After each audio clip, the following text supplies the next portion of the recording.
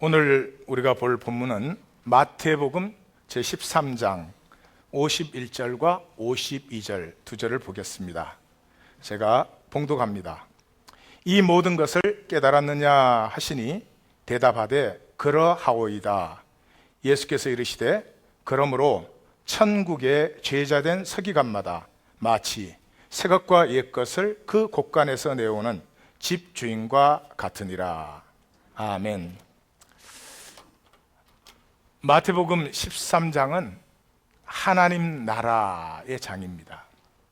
그래서 오늘 하나님 나라 비유의 총 결론을 우리가 같이 나누는 것은 예수님께서 우리에게 보이신 하나님 나라의 비밀을 만나기를 원하는 거죠. 하나님 나라의 비밀은 한마디로 생명입니다. 생명. 하나님께서 하나님의 생명으로 나를 창조하셨어요. 그래서 하나님께서 나에게 물으시는 것은 너는 내가 창조한 너를 살았느냐 하는 것이죠. 얼마나 착하게 살았느냐 아닙니다. 착하게 사는 가짜들 많지요. 사람 착한데 가짜. 별로 친해지지가 않아요. 정직하게 사는데 가짜. 사람은 뭐 별로 남에게 피해를 안 끼치지만 아마 친한 사람 없을 거예요. 진정한 친구가 드물 거예요. 열심히 사는 가짜. 가짜는 한계가 뚜렷합니다. 하나님은 우리에게 얼마나 착하게 살았느냐, 윤리적으로 살았느냐, 심지어 종교적으로 살았느냐를 묻는 것이 아니라 내 생명을 너에게 주었다. 너는 너를 살았느냐. 그래서 우리가 하나님을 만날 때 우리가 드릴 말씀은 하나님, it was fun. 정말 재미있었어요. 생명은 무한한 신비이기 때문에 누리면 굉장히 재미가 있습니다. 재미있었어요. 하나님도 한번 육체로 살아보셨더라면 좋을 텐데 그리고 보니 살으셨군요. 양보를 안 하시는군요. 뭐 이렇게 돼야 되겠죠. 그래서 오늘 들어가는 질문은 나를 살지 않았으면 아무리 열심히, 아무리 정직히, 아무리 성공적으로 살았어도 끝은 허무입니다. 나를 살았으면 주신 생명의 영광은 피어나 있는 것이고 나를 살지 않았으면 허무합니다. 다 가짜로 살았으니까요. 어제 신문에 보니까 그 삼성을 세운 이병철 회장님이 그 죽기 전에 그 신부님에게 24가지 질문을 물었더라고요. 근데 그 답변도 못 받고 돌아가셨어요. 근데 신문에서는 역시 대가답게 정말 깊은 질문이다. 이 시대 젊은이들은 이런 질문을 해야 된다. 뭐 그렇게 썼더라고요. 그래서 좀 헷갈렸습니다. 뭐가 깊은 질문이 아닌 것 같은데 제 생각에는 이병철 회장님을 뭐 제가 존경하죠. 존경하고 기업가로서 그렇게 세우시기에는 다 나름대로 뭐가 있으시니까. 그렇지만 생존 세계 사람은 생존 세계 한계를 그런 분도 벗어날 수가 없구나 하는 것을 확인하는 그런 시간이었어요. 제가 그 기사를 읽어보니까 뭐 이런 질문을 하셨더라고요. 첫째 질문이 하나님의 존재를 증명할 수 있느냐. 하나님이 둘째 온 세상을 창조했다는데 증명할 수 있느냐. 하나님은 왜 자기 자신을 드러내지 않느냐. 하나님은 사랑이신데 왜 고통이 있느냐. 착한 사람도 하나님 믿지 않으면 지옥 간다는데 다른 종교의 사람들은 다 지옥 가느냐. 또 부자가 천국에 들어가기 힘들다는데 그럼 부자는 악인이냐. 제일 마지막 질문이 지구의 종말이 있느냐. 이런 질문. 되게 이런 질문 언제 하죠? 중학교 때 합니다.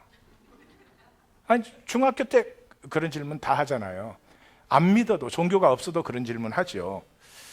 그래서 평생을 다 사시고 그렇게 질문하셨다면 그건 좀 안타깝구나. 이 생존 세계 사람에게는 생명 세계가 보이지 않는 거구나 하는 것을 생각했어요. 마치 생존 세계에서는 나폴레온이 영웅으로 보이잖아요.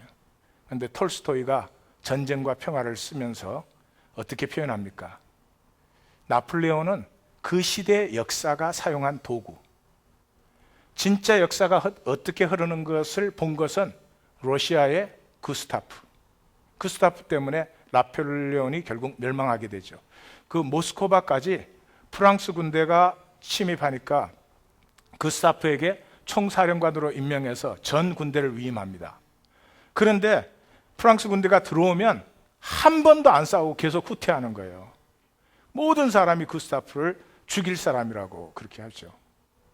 결국은 모스크바 앞에 왔어요. 모스크바는 지키겠지 그랬어요. 근데 모스크바에서도 도망가 버렸어요. 나폴레온의 군대가 불타버린 모스크바에 도망가면서 불을 질렀잖아요. 불타버린 그 얼음덩어리 도시에 들어와서 그 유럽 최고의 정예 군대가 완전히 좀도둑으로 변하는 것입니다. 그래서 완전히 패전해가지고 도망가는데, 도망갈 때는 대우도 없고 이거 완전히 오합지졸이에요. 또 러시아 사람들이 자, 저때 치면은 전멸시킬 수 있는데 치겠지. 안 쳐요. 마지막 그 강을 건너는데 저 강 앞에서는 치려고 저러는가 보다. 근데 그 군대를 다 대기시켜 놓고 강을 건너는데 안 쳐요. 3분의 2가 건너간 다음에 치기 시작해요. 구스타프가 원한을 사면 반드시 또다시 침공한다. 다시 침공할 수 없을 정도로 정확하게 역사가 어떻게 흐르는지 본 사람이죠. 그래서 하나님 나라의 생명을 아는 사람은 구스타프가 영웅인 것을 알아요. 근데 세계 역사가들은 나폴레온을 영웅이라고 하는 거죠. 산상수훈을 살기를 원했던 톨스토이의 그 안목이 드러나는 그런 부분이죠. 오늘은 칭찬 이야기의 세 번째 이야기를 봅니다. 복음서에는 선언문 이야기가 있는데, 선언문에는 교정, 칭찬, 반대, 간청, 질문에 5가지가 있다. 그 중에 우리가 두 번째 칭찬 이야기를 보는데, 칭찬 이야기는 모범적 예를 통해서 추구할 가치를 제시하고 잘못된 가치를 전환시켜서 지향해야 되는, 바라봐야 될 세계관을 우리에게 밝혀주는 것이 이 칭찬 이야기다. 그래서 이 세 가지의 칭찬 이야기의 흐름의 결론을 우리가 보기 때문에 앞에서 본 2가지의 칭찬 이야기를 잠깐 보겠습니다. 첫 번째 칭찬 이야기는 70인이 귀환했을 때 귀환 보고를 듣고 한 칭찬으로 누가복음입니다. 칭찬 이야기는 노티스 하시는지 모르지만 누가, 마가, 마태복음을, 세 공간복음을 지금 다 보는 것이죠. 첫 번째 이 귀환 보고의 핵심은 주의 이름이면 귀신들도 항복하더이다. 주의 이름에는 모든 권세가 항복하게 되어 있어요. 그런데 주의 이름으로 산다는 것은 다른 모든 이름, 다른 모든 권세는 상대화되었다는 거죠. 그러므로 내가 주의 이름을 부르는 사람이라면 돈의 권세가 나에게 절대적이지 않습니다. 정치, 경제, 학력 어떤 것도 나에게 절대적이지 않습니다. 그러므로 내가 어떤 것에도 종노릇하지 않습니다. 그 사람에게는 반드시 주의 이름의 권세가 나타납니다. 그런데 주의 이름을 부르면서 내게는 돈도 권세요, 학력도 권세요, 학력 없어서 열등의식에 사로잡혀 있어, 이러면 주의 이름의 권세는 나타날 수 없죠. 그래서 70인을 파송할 때 내가 양들을 이리 가운데로 보내는 것 같아 그러시면서 뭐라 그러죠? 한 벌의 옷과 한 벌의 신발만 가지고 떠나라. 무소유의 원칙이죠. 이것이 세상을 이기는 유일한 길입니다. 내 생명 외에 돈이 반드시 있어야 돼. 그 사람은 종노릇 할 수밖에 없습니다. 내가 생명도 있지만 학력도 좀 있어야 돼. 경력도 좀 있어야 돼. 그 사람은 세상에 종노릇 합니다. 자, 그러면 다 거지가 되라는 말입니까? 아니죠. 형태의 얘기가 아니라 원리의 이야기입니다. 원리의. 내가 세상의 모든 재물을 다 소유하고 있을 수도 있습니다. 그러나 그것이 내 소유가 아니라 하나님의 소유요. 나는 청직이다. 사실이죠. 우리의 생명 자체가 내 것입니까? 생명 자체가 내 것이면 내 마음대로 할 수 있어야 되는데 감기만 들려도 꼼짝 못해요. 내 안에 쏟는 줄 아는 열등의식 하나를 내가 마음대로 못해요. 내 것으로 움켜쥐고 있으면 종이 되고요. 이것을 하나님에게 의탁하면 오히려 내가 주인 되어서 누리는 이 역설이 여기에 있는 거죠. 두 번째 핵심이 뭡니까? 기뻐하라. 그런데 무엇으로? 귀신들이 너에게 항복하는 것이 아니라 너의 이름이 하늘에 기록된 것으로 기뻐하라. 능력의 현상 때문이 아니라 능력의 본질, 신분으로 기뻐하라는 거죠. 왜 그렇습니까? 우리가 만나고 보고 느끼는 이 모든 것은 현상입니다. 현상은 두 가지가 있습니다. 본질에서부터 피어난 현상이 있고 본질과 단절된 가짜가 있는 거죠. 본질에서 피어난 것은 영원합니다. 본질과 단절된 것은 곧 시들어 버립니다. 이 꽃이 이렇게 아름답지만 곧 시듭니다. 왜 그러죠? 뿌리와 단절되어 있기 때문에. 그래서 내 삶에 나타나는 모든 현상이 본질, 내 뿌리가 무엇이에요? 하나님이에요, 사실은. 하나님으로부터 피어나는 현상일 때 단순히 내가 존재하는 것이 아니라 내 존재 자체가 영원한 생명이 되는 것이죠. 영원한 열매가. 그런데 왜 그렇게 살지 않을까요? 본질에서 피어나는 현상에는 고난이 따르기 때문입니다. 이런 것이죠. 가짜로 내가 좋은 사람인 척 하는 것은 항상 언제든지 할 수 있어요. 그것은 사라지는 것입니다. 그러나 정말로 내가 이웃에게 좋은 사람이 되기를 원해서 그 삶이 가꾸어지는 것은 그냥 되지 않습니다. 쉽게 되지 않습니다. 어려움이 따르는 것이죠. 제가 항상 하듯이 피아노 은사를 받았으면 그냥 피어나는 게 아니죠. 정말로 그 은사, 하나님이 주신 은사니까 하나님의 감동이 피어나는 연주를 하려면 정말 피눈물 나는 연습을 하셔야 됩니다. 그래서 우리의 삶의 키는 한마디로 말하면 delayed satisfaction. EQ 얘기 이제는 다 아시죠? EQ 그 리서치를 하는데 아이들을 4살, 5살짜리를 두 그룹으로 갈랐어요. 아이들이 신나게 놀고 들어온 다음에 지금 목이 막 마르고 막 그 따뜻한 쿠키 냄새가 막 코를 자극할 때 지금 먹으면 하나 먹을 수 있어. 선생님이 잠깐 나갔다가 들어오는데 그때까지 기다리는 사람은 2개 먹을 수 있어. 이게 무슨 차이가 없는 것 같잖아요. 그런데 선생님이 나갔다 오는 그 짧은 시간을 기다렸다 2개를 먹을 수 있는 아이와 당장 1개를 먹어야 되는 아이의 인생이 완전히 달라지는 것이죠. 중고등학교 때 성적이 달라집니다. SAT가 1600점 만점일 때 200점 이상 차이가 납니다. 대학 생활이 차이가 납니다. 결혼 생활이 차이가 납니다. 참지 못하고 하나를 먹어야 되는 아이들은 가정의 절반 이상이 다 파괴되었습니다. 삶도 파괴되었습니다. 중독으로 떨어지는 사람도 적지 않았습니다. 그런데 기다렸다가 2개를 먹을 수 있는 사람 대부분 건강하고 훌륭한 삶을 살아갔습니다. 상식적인 거 아니겠어요? 내 삶을 가꾸는 건 쉽지 않습니다. 가꾸어야 진정한 열매가 있는데 사람들 앞에서 척하고 다니는 것은 가꾸지 않아도 누구나 하는 것입니다.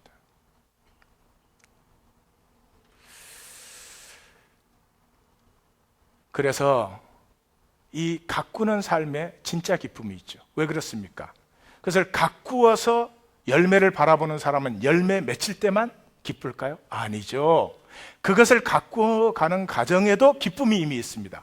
소망을 바라보는. 그래서 이 사람은 고난 중에도 기뻐하는 사람이죠. 두 번째 얘기는 마가복음에서 나누었는데 과부의 2 렙돈을 나누었죠. 여기에 2 그룹을 대조하고 있습니다. 부자들은 그들은 다 풍족한 중에서 넣었다 하는 게 키버스예요. 풍족한 중에 넣었다는 말은 무엇입니까? 내가 내 삶을 컨트롤하는데 지장 없을 만큼, 드려도 지장 없을 만큼 희생이 없는 것이죠. 하나님께 드리는 것은 희생 제물입니다. 하나님이 받으시는 것은 돈의 액수가 아니라 그 돈 속에 들어있는 희생, 피 흘림을 받는 것이죠. 그런데 과부는 2 렙돈, 모든 소유 곧 생활비 전부 모든 전부라는 말이 들어있습니다. 이렇게 되면 어떻게 됩니까? 이 과부는 삶의 아픔을 당할 수도 있습니다. 아니, 이론적으로 하면 죽을 수도 있죠. 물론 죽지 않지만. 그래서 하나님과의 관계에서, 하나님과 교통되는 관계는 내가 내 삶을 컨트롤하면서 하나님과 적당한 관계를 유지하는 것이 아니고요, 아픔이 올 수 있음에도 불구하고 나를 여는 것입니다. 하나님과 관계가 아니어도 이것만 진정한 관계를 만들 수가 있는 것이죠. 그래서 핵심이 뭡니까? 하나님께서 주신 생명과 하나님께서 우리에게 자신의 생명, 하나님의 생명의 모든 부여와 영광이 들어있잖아요. 그 생명을 우리에게 주셨어요. 왜? 우리를 복되게 하시려고. 우리에게 생명을 주시고 우리가 생명을 기쁘게 누릴 때 하나님은 기쁘신 것이지, 무슨 뭐 생명 주고 우리 보고 야 똑바로 살아야 되는데, 막 잘 살아야 되는데, 기도 많이 해야 되는데, 그건 다 좋은 것이지만 그것에 붙들려라고 주신 건 아니죠. 그래서 하나님께서 주신, 복되게 하시려고 주신 생명과 그 사랑의 주권을 신뢰하는 것이죠. 그래서 이 두 렙돈을 드리는 과부의 모습 속에 예수님의 모습이 들어있죠. 이 땅에 가난한 자로 오시는 하나님, 그 하나님이 마지막 자신을 온전히 드리는 예수님의 모습이 거기에 있다. 역시 여기에서도 말하는 것은 형태가 아니라 원리를 얘기하는 것이다. 형태가 나타났어요. 어떤 사람이 자기의 전 재산을 하나님께 드렸어요. 그래도 원리가 안 바뀌어 있다면 무늬만. 옆에 사람에게 혹시 무늬만, 고까지만, 너무 많이 하면 위험하시니까, 자, 옆에 분에게 혹시 무늬만 대답을 해 주십시오. 묻다니 뻔뻔스럽다. 자, 오늘 세 번째 칭찬 이야기가 하나님 나라의 비유의 결론이 되는 부분입니다. 칭찬 이야기가 이렇게 흘러온 핵심적 주제를 우리가 만나게 됩니다. 자, 오늘은 마태복음이기 때문에 마태복음의 구조를 먼저 보시겠습니다. 마태복음은 한마디로 하나님 나라의 복음입니다. 물론 누가와 마가는 하나님 나라라고 부르지만 마태복음은 유대인에게 써졌기 때문에 하나님이라는 단어를 못 써서 하늘나라, 킹덤 오브 헤븐이라고 합니다. 그러나 주제는 똑같은 것이죠. 자, 13장에 하나님 나라를 말씀하십니다.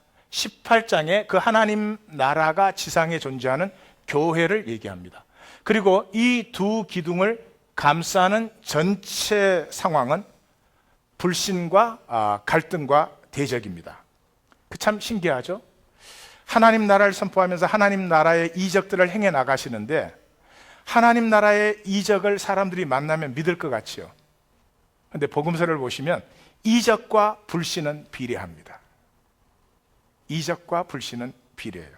그래서 이 하나님 나라를 선포하기 앞쪽에 보면은 바알세불이 들려가지고 저런다.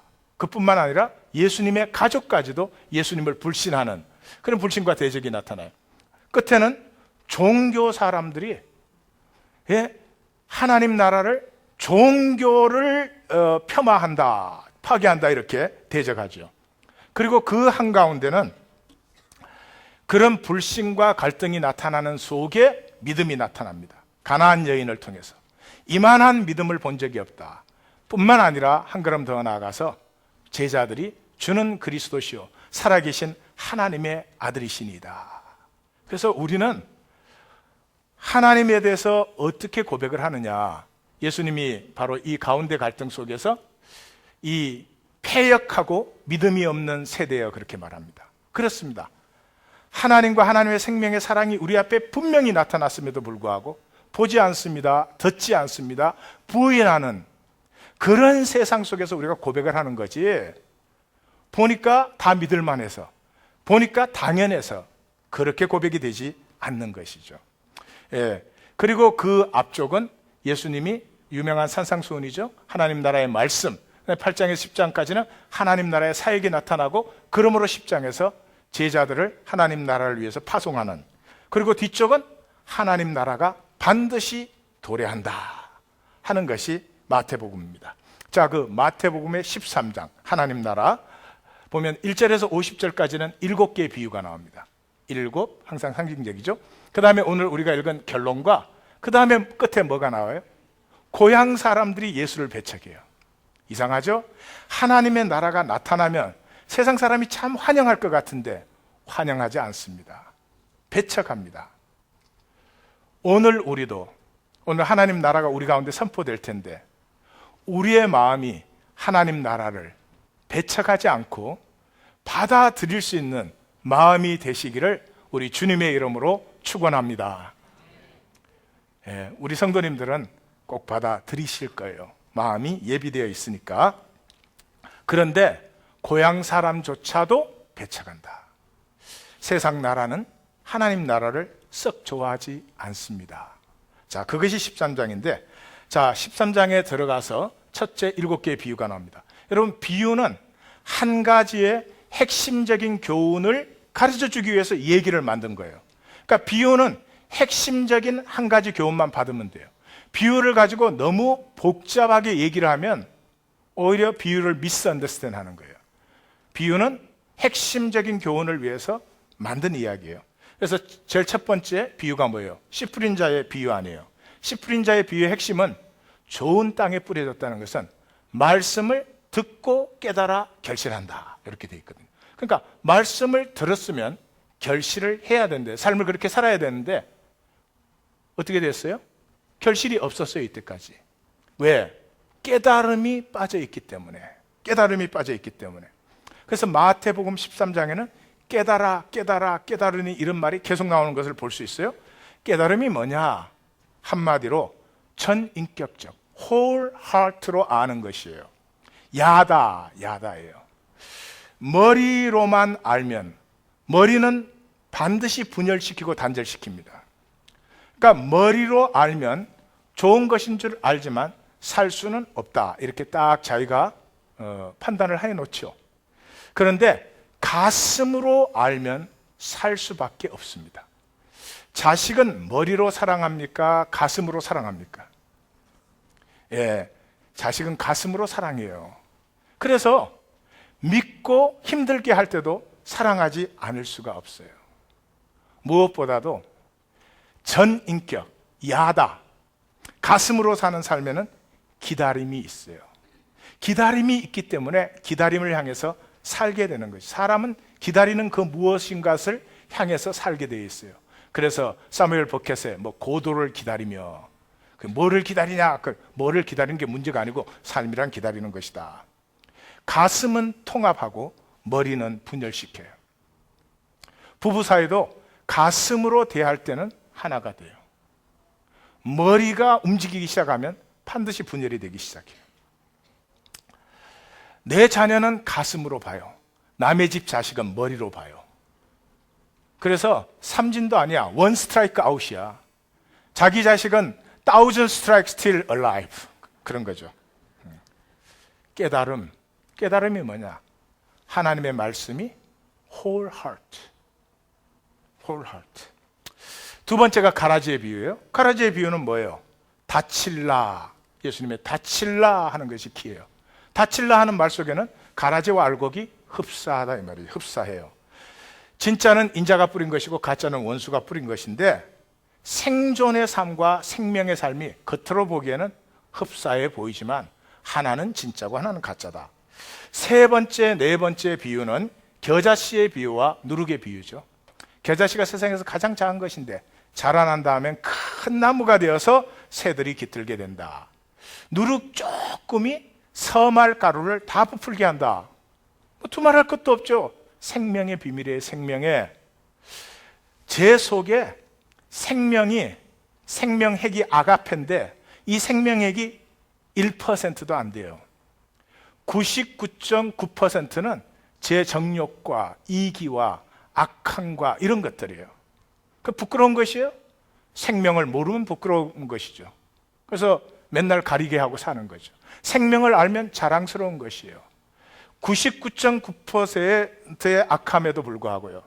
이 생명의 초월성이라는 것은 0.1% 내 안에 있는 하나님의 생명이 피어나기 시작할 때 내 생명은 무한 영광스러워질 뿐만 아니라 99.9%가 그 0.1%가 피어나는 거름이 되는 거예요. 거름이 되는 흙은 좀 더러운 게 더 좋은 거름이에요. 그래서 로마서에 죄가 더한 곳에 은혜가 더욱 넘치도다. 뭐 제가 많은 이유가 그래서 그런 겁니다. 자, 여기까지 4개의 비유는 무리에게 그렇게 돼 있어요. 무리에게 말씀하셨어요. 그 다음에 3가지 비유는 제자들에게. 이 생명의 비밀은 온 세상 사람들이 다 들어요. 그 다음에 제자들만 들을 수 있는 말씀이 있어요. 그게 뭐예요? 5번째, 6번째가 감초인 보화의 비유와 극히 값진 진주의 비유예요. 어떤 사람이 밭을 갈다가 보화를 발견했어요. 자기의 모든 소유를 팔아 밭을 샀다는 거죠. 진주 장사가 극히 좋은 진주를 찾아다니다가 자기의 모든 소유를 팔아 똑같이요. 그 진주를 샀다는 거죠. 뭐예요? 헌신이죠. 헌신. 하나님 나라를 누리려면, 생명을 살려면 부분으로는 살 수 없습니다. 전체적인 헌신이 돼야 됩니다. 인격의 특징이에요. 여러분 사랑하는데 이럴 수 있어요? 99% 사랑하고 1%는 아니야. 그런 건 존재하지 않아요. 생존은 전부 구분돼서 삽니다. 교회 나가는 시간, 세상에서 내 마음대로 사는 시간, 사람들 앞에 뭐 하는 시간 다 달라요. 모습이 다 달라요. 도대체 어느 게 진짜 난지 알 수가 없어요. 그렇지만 생명의 사람은 그렇게 살지 않습니다. 전체로 사는 길이죠. 생명을 사는 유일한 길이 야다로 사는 것입니다. 가슴입니다. whole heart. 그러므로 자기 전체를 주고 하나님 나라 전체를 받아들임으로 온전한 교통을 이루는 것입니다. 단전된 삶을 주의하십시오. 무기력합니다. 예? 하나님 앞에 뭐 앞에 이렇게 단절된 삶은 무기력합니다. 좋은 것을 아무리 알아도 살 수는 없습니다. 머리뿐이기 때문에. 그래서 주를 고백한다는 말은 전적으로 의탁한다는 말이고, 이것은 두 랩돈을 드린 과부에게 나타나시기 모든 전부, 그 다음에 무소유로 산다는 말이고 주의 이름으로 산다는 말이에요. 이것이 생명 권세를 누리는 유일한 길입니다. 다시 말씀드립니다. 이것은 형태가 아니라 원리를 말하는 것입니다. 홈레스가 돼야 된다 그런 말이 아니죠. 세상 모든 것을 다 소유할 수 있습니다.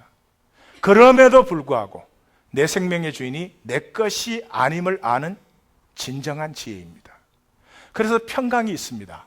안식이 있고 담대하고 능력이 있습니다.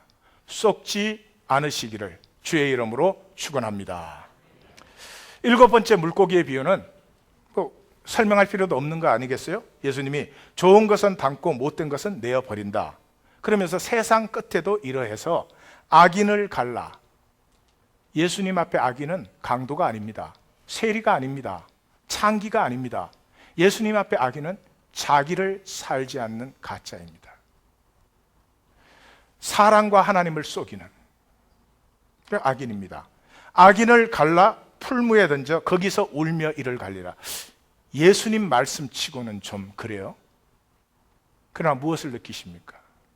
저는 예수님이 No one, 이 말을 듣는 너희 중에는 누구도 그렇게 되어서는 안 된다고 하는 안타까운 심정을 저기서 만납니다. No one, no one. 이 말씀을 듣는 성도님들 중에는 한 분도 가짜가 되어서 생명이 험으로 끝나는 분은 없고, 하나님이 주신 그 아름다운 생명이 피어난 영광을 누리면서 하나님 앞에, 하나님, it was fun. 인생 산다는 게 어렵지만 정말 재미있었어요. 그렇게 고백하는 성도님들이 다 되시기를 주의 이름으로 축원합니다. 세상이 어렵습니까? 생명세계를 아는 사람은 어려워서 재미있습니다. 도전이 재미있어지기 시작합니다. 뒷동산 오르는데 무슨 재미와 가치가 있어요? 에베레스트를 오르기 때문에 가치와 재미가 있는 거죠. 할 만한 게임이에요. 다시 한번 옆에 분에게 생명권세를 누리십시오. 그렇게. 생명권세 안에 이 세상이 쏘기는 고난과 두려움을 얼마든지 이기는 능력이 들어있죠. 자, 7개의 비유의 내용은 뭡니까? 첫 번째, 무리에게 하신 4가지를 보면은 씨 뿌린 자의 비유는 생명이 자라면 반드시 풍성한 결실. 하나님이 주신 생명은 피어나면 반드시 결실을 맺는, 내가 뭘 잘하고 위대하게 해서 영광이 나타나는 게 아니고요, 생명이 나타난 것이 영광이에요. 그러므로 못 자라게 하는 거짓을 주의하라는 거죠. 길가에 떨어졌다는 것, 씨앗이 말씀을 빼앗기는 것이다. 돌밭에 떨어졌다는 것, 어려움에 넘어지는 것이다. 가시떨기에 뿌려졌다는 것, 염려와 재물의 유혹에 썩어져 버리는 것이다. 뭐라고요? 말씀이 성육되는 것, 생명이 피어나는 것은 결코 저절로 되지 않는다. 쉽지 않다. Delayed satisfaction에, 그 기다림의 인내를 가진 사람에게 나타나는 영광이다. 세상에 쏙시 말하라. No react. No react. 순간순간 현상에 반응하는 사람. 자기 반응이 자기도 싫잖아요. 하나님 안에서 내게 허락되신 것이므로 깊이 묵상함으로 현상에 대한 이해가 우리의 존재의 뿌리인 하나님까지 닿아서, 이래서 하나님께서 이런 일을 내게 허락하시는구나. 그래서 모든 것이 합력하여 선을 이루게 하시는 하나님의 영광을 만나는 성도님들이 다 되실 줄 믿습니다. 네.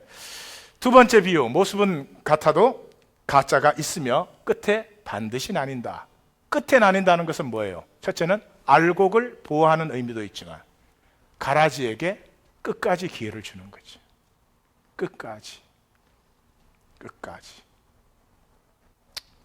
기회를 주실 때 돌아서세요. 세 번째, 네 번째는 생명의 무한 가능성 아니에요.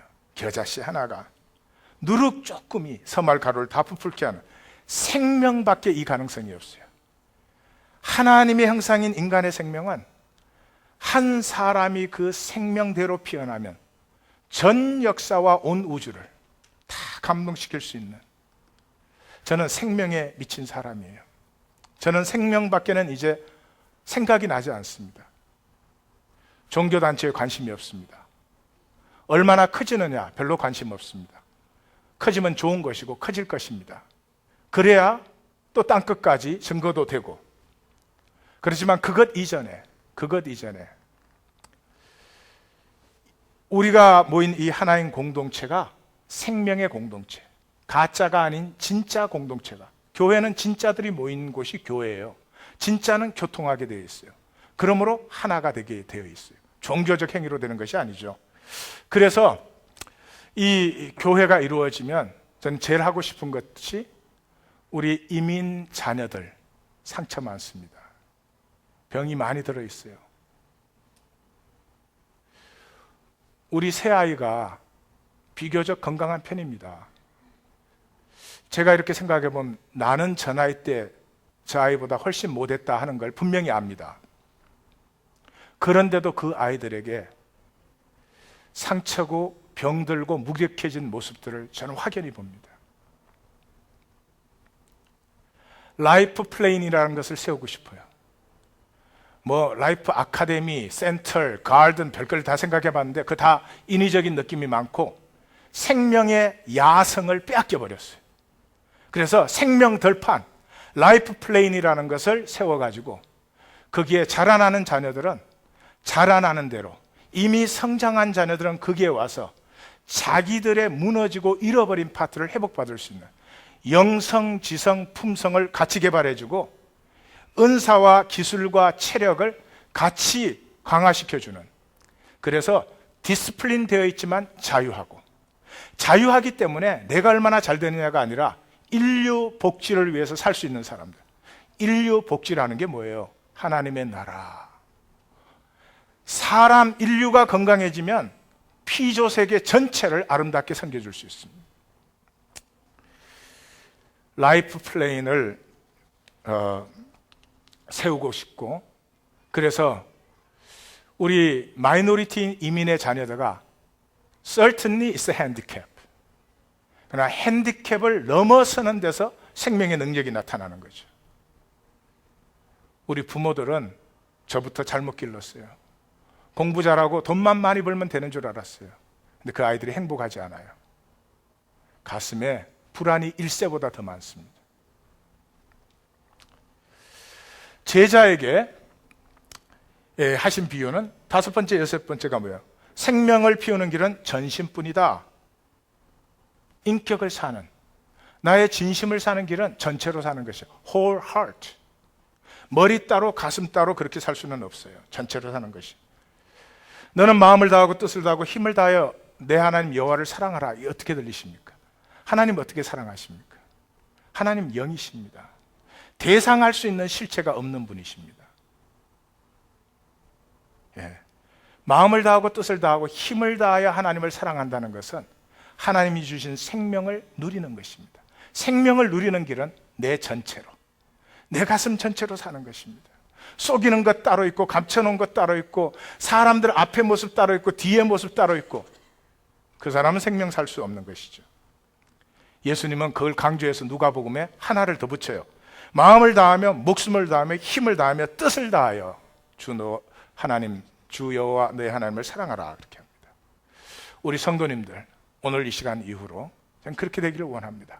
한 분도 머리 따로 놀고 가슴 따로 놀고 그렇게 피곤하고 지치고 수고하고 무거운 짐의 삶을 사는 것이 아니라 무엇을 하더라도 내 전체로 살기 때문에 담대하고 용기가 있고 좀 손해를 보는 것 같아도 결국은 열매를 피워내는 그런 삶을 다 누리시기를 주의 이름으로 축원합니다. 7번째, 반드시 심판이 있다는 거죠. 생명과 가짜는 그 자체로, 생명은 생명, 가짜는 가짜로 그대로 드러난다는 거죠. 이걸 뒤집으면 무슨 말이에요? 우리에게는 바라볼 영광이 있다는 거죠.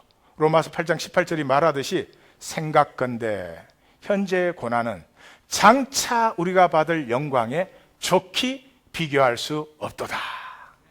생각건대 현재의 고난은 영광을 바라보기 때문에 delayed satisfaction, 현재의 고난은 장차 우리가 받을 영광에 좋게 비교할 수 없도다. 자, 예수님께서 이 본문에서 비유를 들음으로 너는 복되다 그렇게 말합니다. 비유를 왜 비유로 말씀하십니까? 논리로 말하면 이 세상에 논리가 제일 발달된 사람들이 종교인이에요. 그 자기의 종교적 논리로 자기에게 편한 대로 다 재해석해 버립니다. 그러니까 사는 사람이 없죠. 종교인은 살지 않습니다. 생명은 살게 되어 있습니다. 그래서 비유로 말씀하시는 이유는 논리로 딱딱해진 가슴의 껍질을 뚫고 들어갈 수 있도록, 그래서 비유를 듣는 자가 복이 있어요. 9절 귀 있는 자는 들으라. 10절 아는 것이 너희에게는 허락되었다. 11절 천국의 비밀이 너희에게 허락되었다. 12절 있는 자는 받아서 넉넉하게 되되 없는 자는 있는 것도 빼앗긴다. 13절 그들은 들어도 듣지 못하며 깨닫지 못한다. 14절 이사야의 예언을 인용하셔서 백성이 듣기는 들어도 깨닫지 못하며 보기는 보아도 알지 못한다고 하더니 그대로 되는구나. 16절 너희 그러나 너희 눈은 봄으로 귀는 들음으로 복이 있도다. 자, 하나님 교회 성도님들은 보고 들었습니다. 여러분들은 여기에 오시면서 교리적인 확인을 다시 받지 않았을 것입니다. 생명에 대해서 들었습니다. 생명에 대해서 분명히 만났습니다. 결실하느냐 결실하지 않느냐는 이제 그 받은 말씀을 내 전심으로 받아들이고 사느냐, 아니면 내 삶, 하나님 앞에 나아가는 내 종교 구분해 놓느냐, 거기에서 갈라지는 거죠. 오늘 본문 51절에 보면 예수님께서 7개 비유를 이렇게 말씀하시고 이 모든 것을 깨달았느냐. 10절에서 23절까지 제자들이 왜 비유로 말씀하십니까? 그러니까 비유로 말씀하시는 이유를 길게 설명하시는데 거기에 깨닫다, 깨달으니, 깨달아야 이런 말이 5번이나 나옵니다. 깨달음이 핵심이에요. 하나님 나라는 내 전체로 야다로 아는 것. 그래서 깨달았느냐 그랬더니 예 깨달았습니다 그랬어요. 그랬더니 깨달은 사람은 그러므로 천국에 제자된 서기관마다, 제가 쉽게 얘기하죠. 신약, 구약, 그죠? 마치 새 것과 옛 것. 보통 말할 때 어떻게 얘기하죠? 옛 것과 새 것이죠. 순서를 전도시켰죠. 왜? 새 것과 제자된 것을 강조하기 위해서. 그러나 서기관과 옛것을 버리는 게 아니라 이 말이죠. 그 곳간에서 내오는 집주인과 같으니 Master of the household. 하나님이 우리의 생명을 창조하셨을 때 다스리라. Master of my life. 내가 내 삶의 주권자가 돼야 되는데 온갖 것에 종노릇을 시킵니다. 별 것을 다 가지고 하여튼 열등의식을 갖습니다. 뭐가 얼굴이 생겼네 안 생겼네, 키가 작으네 크네, 이러네 저러네. 그건 생명을 담는 그릇이지. 생명을 알면 그런 일은 있을 수가 없죠. 그래서 이것을 깨달은 자는 생명의 주인이 되어서 새것과 옛것, 제자와 서기관의 자리를 마음껏 누리는 자다. 제자는 누굽니까? 깨달은 자죠. 서기관은 누굽니까? 성경 해석의 교육을 받은 자입니다. 그래서 이해하는 자죠. 머리를 버리라는 게 아니죠. 머리에서 끝나면 안 된다는 거죠. 머리로 온 것이 가슴으로 임해야 된다. 우리가 새벽성에 끝나고 나면은 미디어 사역팀과 BIM 과정 수료한 수료자들과 순장님들을 중심으로 오강남 씨의 예수는 없다는 책을 읽으려고 합니다. 오강남 씨의 예수는 없다는 책의 귀절귀절은 맞는 말입니다. 이 시대 교회가 들어야 됩니다. 그러나 생존 세계에서 적은 것이기 때문에 생명 세계 결론을 알지 못하는 분이에요. 그럼에도 불구하고 이 시대의 교회는 오강남 교수의 말을 들어야 됩니다. 그리고 그것을 넘어야 됩니다. 그것을 오강남 교수도 못 넘어서는 교회가, 오강남 교수도 못 넘어서는 하나님의 나라가 세상에 어디 있겠어요. 나 조심스러운 것이기 때문에 다 읽는 것이 아니라 셀렉티브하게 읽습니다. 물론 성도님 중에 원하시는 분은 누구든지 읽으실 수 있어요. But, 제 가이드가 좀 필요는 하실 거예요. 깨달음의 역설이 뭐예요?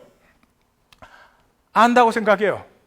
깨닫지 못하는 자의 특징은 자기가 안다고 생각해요. 그래서 못 보고 못 들어요. 깨닫는 사람은요, 모른다고 하는 것을 알아요. 그래서 제자들이 물었잖아요. 이 사람은 실제를 만나는 거죠. 당시에 묵시주의자들, 하나님 나라를 얘기하는 묵시주의자들의 특징은 뭐예요? 종말의 공포와 천국의 화려함. 요한계시록 이 해석하는 사람들이 뭐 푸른 말 나오고 무슨 붉은 말 나오고 검은 말 나오고 맨 그런 거 뭐 3년 반 환난 소설 쓰고 다니는 거죠. 하나님 나라 그런 거예요? 예수님이 뭐라고 합니까? 그 하나님의 통치가 임한다는 것을, 심판이 임한다는 것을 그런 식으로 얘기하고 있을 때 예수님은 뭘 말해요? 너희에게 주신 하나님의 생명살라 7개의 비유가 아비우스 하잖아요. 생명은 피어나면 많은 열매를 맺는다. 그러므로 절대로 가짜가 되지 말아라. 생명 안에 있는 가능성 보지 못하느냐? 겨자씨보다 작지만 얼마나 크게 피어나냐? 그 생명을 누리는 유일한 길은 전심으로 사는 것이다. 야다이다. 그리고 생명이 사라진 다음에는 반드시 진짜와 가짜는 갈라집니다.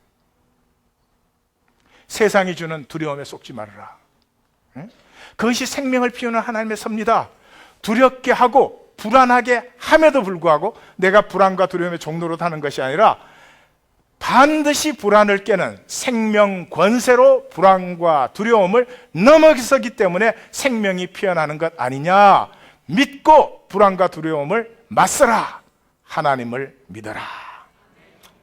새 것과 옛 것이 무엇이죠?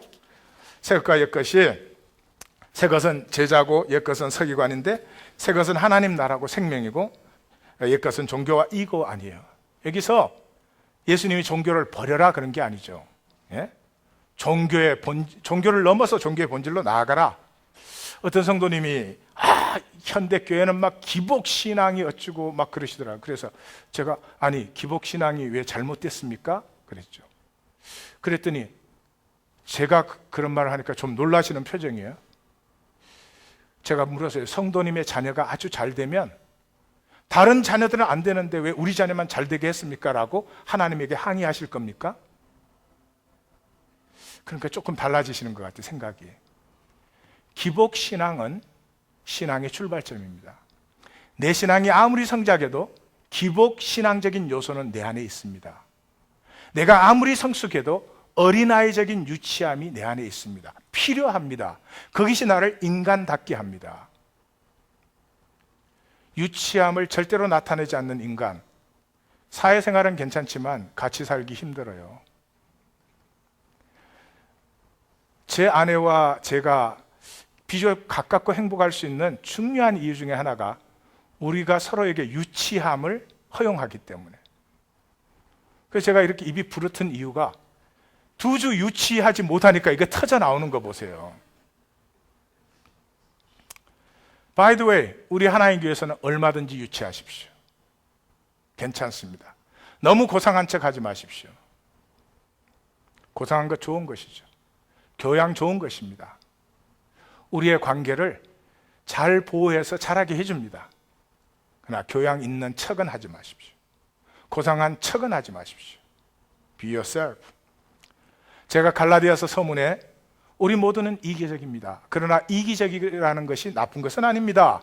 이기적이기 때문에 성숙하기를 원하고 가족과 친구도 사랑하고, 그러나 이기적이기만 하면 내 존재 전체는 누릴 수 없습니다.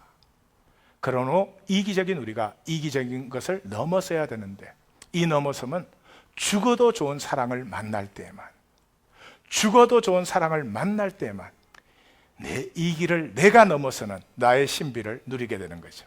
할렐루야. 머물면 썩습니다. 절대로 정당화하지 마십시오. 38년 된 병자가 되어서 내 신앙생활 정당화는 어디가 머리가 하죠. 정당화한다는 자체가 그 자리에서 일어서야 된다는 신호예요. 나는 이렇게 믿어도 돼. 그런 자리에 머물지 마십시오. 초월로 나아가셔야 됩니다. 몇 주 전에 나누었던 캐롤 드웩 교수의 그 Fixed Mindset과 Growth Mindset, 전 고마워요. Fixed Mindset이 뭐예요? 지켜야 되는 거 아니에요? 지켜야. 내가 뭐를 지켜서 그거 지키느라고 생명을 버려요. 하나님 나라를 부인해요. 생애 전체를 허무하게 만들어요. 지켜야 되는 사람은 두려움이 있죠. 안 지켜질까 봐. 그러니 두려움은 열지 못합니다. 열지 못했으니 살지 못한 것이죠. 두려움에 사로잡힌 사람은 못 느낍니다. 가슴이 얼어붙어 버렸습니다. 그래서 머리로만 삽니다. 머리는 뭐밖에 못해요? 선악과밖에 못하죠. 그래서 이 사람은 생존의 종류로 돼서 모든 것을 판단 정지합니다. 생존의 사람의 특징이 자기가 스스로 똑똑한 줄 알아요. 자기가 다 판단하니까. 그 판단이 한 가지도 자기를 못 세우는데도 여전히 그렇게 살아갑니다. 본토, 친척, 아비의 집을 떠나시기를 주의 이름으로 축원합니다. 김영미의 시 터널, 제가 그 고도원의 아침 편지를 봤는데 고도원의 아침 편지에는 좋은 글들이 많이 나옵니다. 그러나 동시에 생존 세계의 아픔을 부드럽게 마취시키는, 그래서 상당히 경계가 필요한 것이죠. 생명 세계로 초월시키는 것이 아니라 아픔을 그저 부드럽게 품어줘요. 때로는 필요하지만 그 안에 있으면 썩어버립니다. 그래서 저는 경계를 가지는데 오늘은 두 개를 제가 나누겠습니다. 김영미 씨의 터널 중에서 터널을 들어서는 순간 나는 압류된다. 내 속에 나를 결박하는 말이 있다. 우리 속에 나를 결박하는 말이 있어요.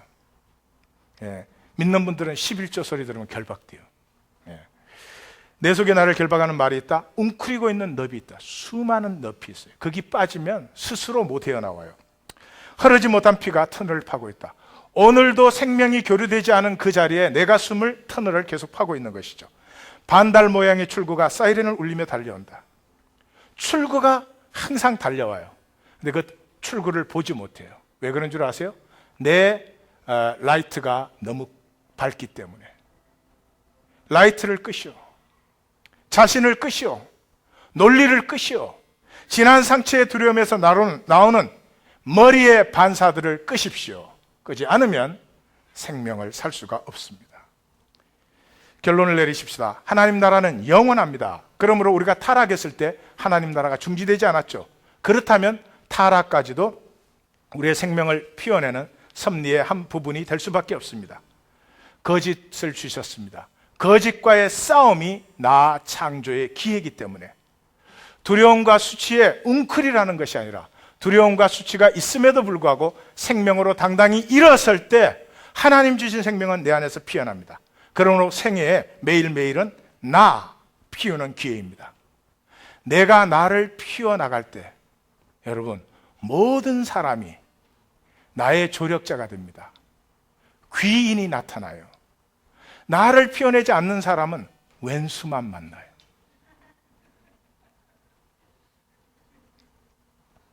그 사람은 세상이 그런 줄로 알아요. 왼수 만나는 데가 세상인 줄 알아요.